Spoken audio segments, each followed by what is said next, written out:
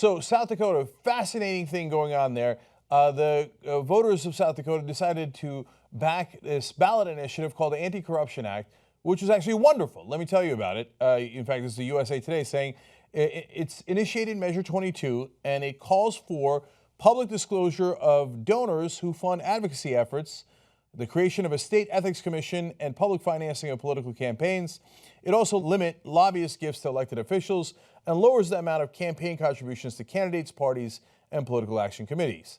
So now, this is great for a number of different reasons. In South Dakota, they actually had a proud history of being against corruption for a long time, asking for transparency in their government, and some of those laws date back to 1908. But recently, it's gone in the other direction, and lobbyists can get gifts to politicians in South Dakota almost in unlimited fashion. So they desperately needed this ballot measure. Now, the Koch brothers hated it. Among the reasons they hate it is because they're giant Republican donors, and they'd like to keep their donors secret. So Koch brothers collect money for the rest of the rich and also put in a giant amount of their own, they're industrialists, and then they give it to Republican politicians throughout the country. Now, they don't want all the people giving them $100,000 at a minimum at a time to be found out. They don't want the people funneling money, legalized bribes to our politicians to get any spotlight at all, because they want to be able to do it through dark money. Hey, when I bribe somebody, I don't want you to know I'm bribing them, because that looks really, really bad. So the Supreme Court already made that bribery legal, which is insane. But even in that Supreme Court decision, Citizens United, they actually said, Citizens United, they actually said that there should be transparency. We should find out who's giving the money.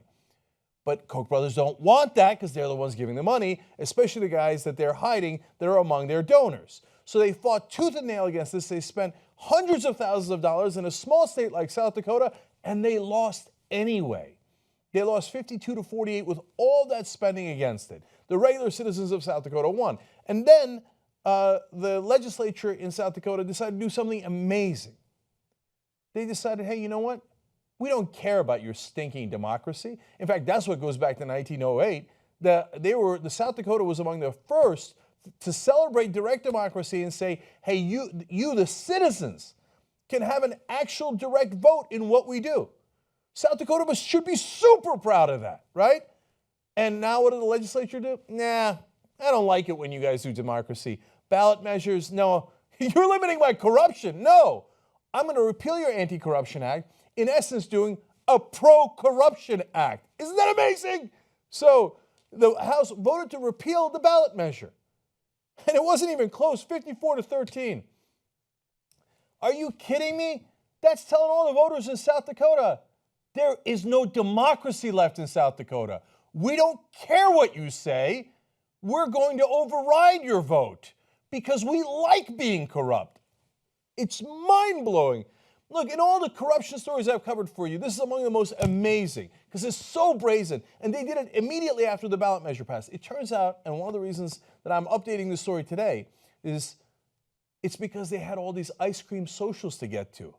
They had all these goodies from the lobbyists to get to, so they needed to act right away so they could still get their steaks and their oysters and their chili and their ice cream. I'm not kidding. I have the details of that in a second. So that was the House. They voted to repeal 54-13. And how did they do it? They actually called, and I'm not kidding, they called a state of emergency. Oh my God, emergency, the ice cream social's in danger. Emergency, they won't let us be corrupt anymore. Part of the reason that they do that is because they had to act right away to still continue to get those lobbyist gifts. The second reason they did it is so that it doesn't automatically come up for another vote next time there's an election as a ballot measure. If you do it as an emergency measure, you got to start from square one, collect signatures again, go through all that expense. So they're like, because they do not want their corruption ended under any circumstance. I've never seen legislators this corrupt, and I've been covering politics for over 20 years. I mean, look, I see legislators taking fur coats from lobbyists, but at least they did it they had the decency to do it in the dark of night and not to just rub your face in it. South Dakota, it isn't America anymore. You don't have a democracy. Emergency. Now, so that's the House. The Senate's going to vote on Wednesday. That's where you come into effect. Look, on February 1st, 2 p.m. Central, at the Senate chambers, State Capitol building. There's the address for you. Go. Show up. Now, look, it's riddled with corrupt politicians. Most of those state senators have already co-sponsored the Pro-Corruption Act, which is the repeal of the Anti-Corruption Act. They're not calling it that, but that's obviously what it is. And it doesn't matter what you think my views on it are. The people of South Dakota have already spoken. They wanted this bill. That's why they passed it. They didn't stutter. But those corrupt senators are going to repeal it anyway. So go there and at a bare minimum, show them that you know what's going on and that you see it and that they're not going to sneak it by you. They think they're so damn clever. Oh, yeah, we'll do pro-corruption and call it an emergency. You'll never find out. No. We found out. We found out. So, look, number one, if you're a South Dakota voter, you have to be livid over this. But the guy who actually proposed the ballot measure in the first place was a former Republican state legislator. Because this isn't about Republicans or Democrats. Are you telling me that if you're a Republican in South Dakota, you love corruption?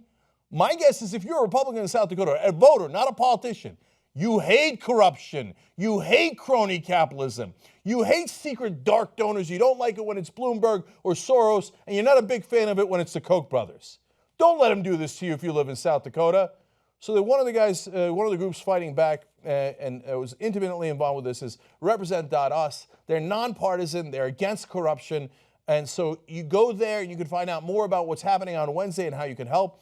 On Facebook, if you just go in there and search Rally Against Corruption, you will see on Facebook.com how you can get more information.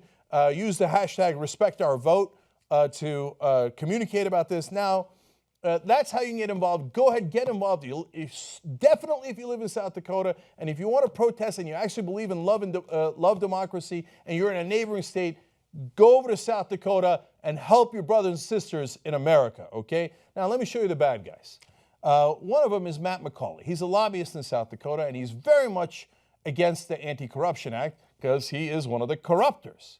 One of the groups that he works for is, of course, the Koch brothers group. It is ironically, they are so Orwellian. The name of the pro-corruption group is called, quote, Foundation for Government Accountability. If that's not Orwellian, I don't know what is. They literally are the guys arguing for dark money. They don't want the government accountable. They don't want the politicians that they illegally bribed to be accountable. And they named the group Foundation for Government Accountability. Rubbing your face in it. They're probably laughing at you right now. Probably having a good cognac, the Koch brothers are thinking, idiots in South Dakota thought they could have democracy. No, we're going to rip that away from them. Hey, South Dakota, are you real Americans? Are you going to fight? Or are you just going to sit there and let them rob you of your vote right after you made that vote? Now, the other lobbyist group that McCauley represents is South Dakota Land Title Association. He also lobbies for them, I do declare. And I'm sure that those folks also need a lot of bribes. I mean, crony capitalism. I mean, legitimate goodies from legislators. These are the guys who, by the way, complained, oh my God, a poor family actually got a little bit of money so they could eat. Oh, I'm against welfare and food stamps. Now, the Land Title Association would like millions of dollars in goodies from the guys that we just corrupted. Or the Koch brothers, well, they would like even more. You know what they're planning to do? They were going to hold, and they are going to hold, as soon as this is passed and the governor signs it into law, and he plans to sign it into law, you go to his office after the Senate vote as well. They were going to do a legislative appreciation night. Now, is there a lot of regular citizens going around putting together legislative appreciation nights? No, that's what lobbyists do, to show how much they appreciate what the legislators have done for them. But McCauley's group wasn't the only one. So let me give you all the political events that they were planning immediately. And that's why they're so hurt by this. How could you stop the corruption? We were going to do legislative appreciation night, and we were going to do literally an ice cream social. That's another set of lobbyists planning that in South Dakota. And then another group with a legislative reception. And then a third group with a buffet from South Dakota legislators. So they got buffets. One of these involves steak dinners. Another one has oysters. The other one has chili. So they're giving and giving and giving. So the legislator's like, oh, you're going to cost me a steak dinner and ice cream afterwards. I love the corruption that I was bathing in. Don't let them get away with this, South Dakota. Under no circumstances should you let them get away with it. Now, let me give you more details. After voters passed Initiated Measure 22 in November to make the Anti-Corruption Act law, several lobbyist-hosted events were immediately canceled, including a welcome to a dinner and a mixer and a social. Wow, a dinner, a mixer, and a social. Politicians complained that they would have to pay for their own meals and travel. Politicians complained they would have to pay for their own meals and travel. Well, those are tough times for corrupt politicians in South Dakota. South Dakota legislators have already been treated to more than 50 lobbyist-hosted events in Pierre since January 9th, according to the 2017 legislative social calendar, and at least 60 more are planned before the legislative session ends on March 10th. Gee, I wonder why all those lobbyists are so interested in meeting with their legislators. They probably don't want goodies from them, do they? No, they're just like, oh boy, I've got a lot of principles I want to talk to you about. Now, I'll give you two quick examples. On January 17th, gaming lobbyists hosted legislators and their spouses for a hog roast. Literally, pigs at the trough. Literally. And finally, we go back to the big business groups who have the biggest financial interest in corrupting the politicians. One of those is ALEC. So on the same night, the American Legislative Exchange Council, ALEC, provided a wine and cheese welcome with Swiss steak dinner for legislators that also included their interns and staff, because while we're bribing people, let's not leave out the interns and staff. Well, that's mighty Christian of them. America, and in this case specifically South Dakota, you've got a choice to make.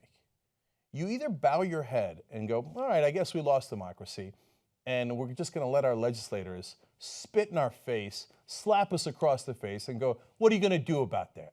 You're not going to do anything. I'm going to continue to be corrupt. I'm going to take all these dinners, and I'm going to do whatever my private financiers told me to do. They write my checks. Who do you think I work for? You? No, I just spat in your face. Of course I don't work for you. I work for my donors. They just told you that. So your choice is, are you going to let them get away with it? Or are you going to throw every single one of these bums that votes this way out of office in South Dakota and say, we did not stutter, we passed that ballot measure, we passed the Anti-Corruption Act, and you do as you're told because you're not our boss, we're your boss. South Dakota, ball's in your court. Very curious to see what you do.